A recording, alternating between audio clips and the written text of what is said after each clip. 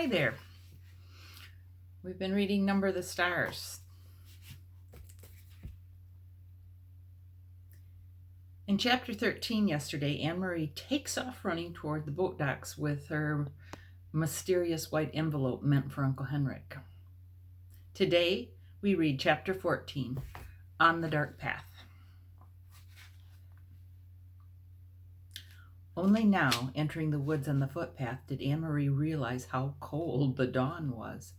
She had watched and helped earlier as the others donned sweaters, jackets, and coats, and she had peered into the night, following them with her eyes as they moved silently off, bulky in their garments, blankets in their arms. But she wore only a light sweater over her cotton dress. Though the October day later would be warmed by sunlight, now it was gray, chilly, and damp. She shivered. The path curved, and she could no longer look behind her and see the clearing with the farmhouse outlined against the pale sky and the lightening meadow beyond. Now there was only the dark woods ahead. Underfoot, the path, latticed with thick roots, hidden underneath the fallen leaves, was invisible. She felt her way with her feet, trying not to stumble. The handle of the straw basket scratched her arm through her sweater. She shifted it and tried to run. She thought of a story she had often told Kirsty as they cuddled in bed at night. Once upon a time, there was a little girl, she told herself silently, who had a beautiful red cloak. Her mother had made it for her. She wore it so often, everyone called her Little Red Riding Hood. Kirsty would always interrupt there. Why was it called a Red Riding Hood? Kirsty would ask. Why didn't they just call her Little Red Cloak? Well, it had a hood that covered her head. She had beautiful curls like you, Kirsty. Maybe someday Mama will make you a coat with a hood to cover your curls and keep you warm. But why, Kirsty would ask, was it a riding hood? Was she riding a horse? Maybe she had a horse that she rode sometimes, but not in this story. Now stop interrupting every minute. Annemarie smiled, feeling her way through the dark, remembering how Kirsty always interrupted stories to ask questions. Often she just wanted to make the story last longer. The story continued.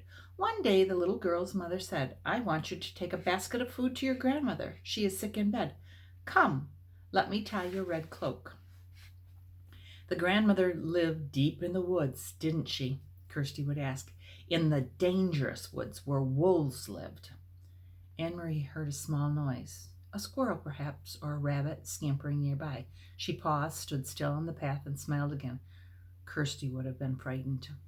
She would have grabbed Annemarie's hand and said, A wolf!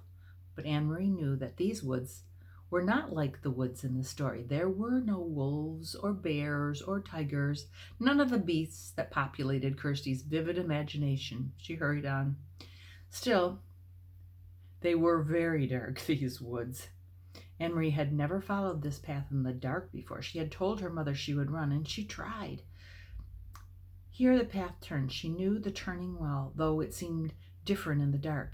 If she turned to the left, it would take her to the road, out where it would be lighter, wider, more traveled, but more dangerous too. Someone could see her on the road.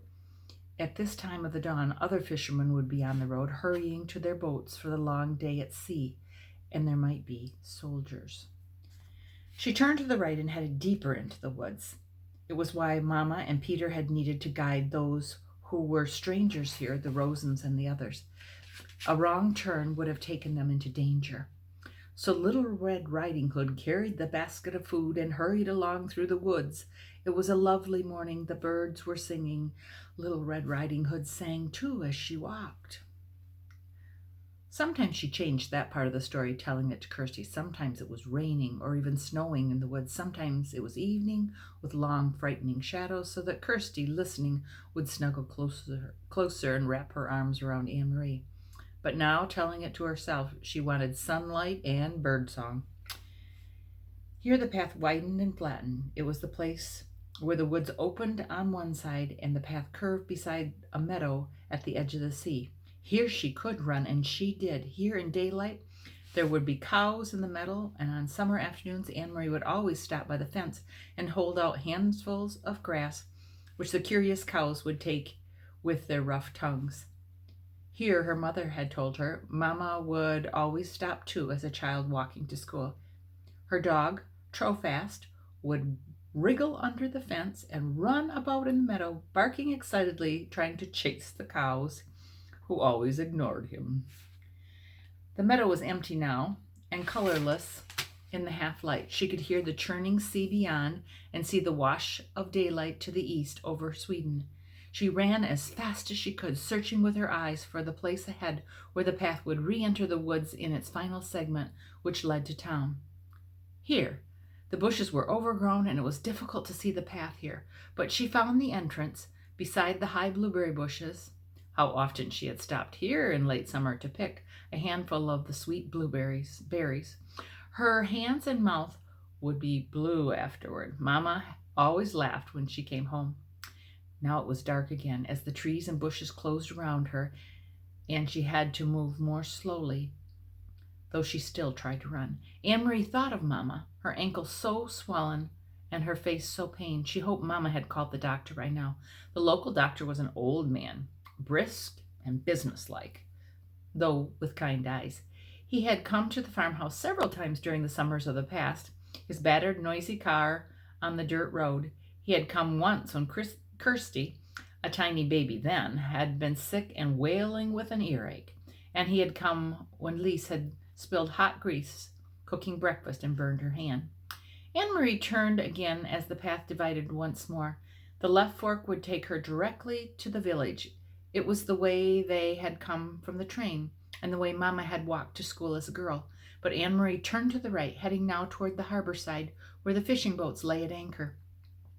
She had often come this way before, too, sometimes at the end of the afternoon to pick out the Ingeborg, Uncle Henrik's boat, from the many returning, and to watch him and his helpers unload the day's catch of slippery, shimmering herrings still flopping in their containers. Even now, with the boats in the harbor ahead, empty of fish, preparing to leave for the day's fishing, she could smell the oily, salty scent of herring, which always remained in the air here.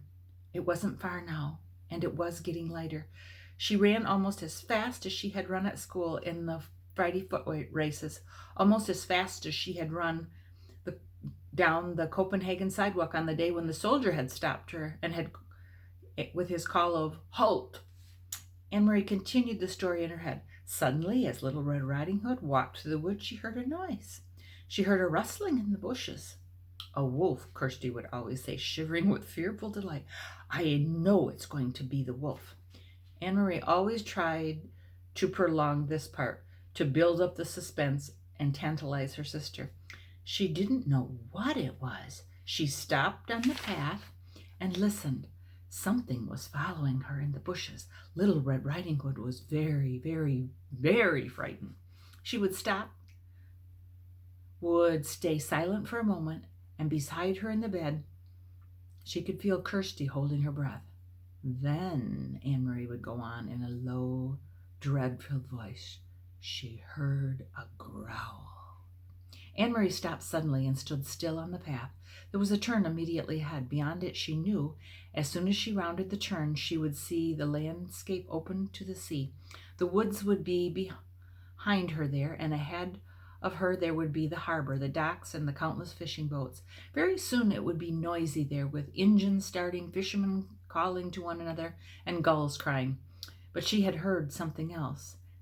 She heard bushes rustling ahead. She heard footsteps, and she was certain it was not her imagination. She heard a low growl. Cautiously, she took a step forward and another and approached the turn in the path, and the noises continued. Then there they were in front of her, 4 armed soldiers. With them, straining at their taut leashes, were 2 large dogs, their eyes glittering, their lips curled.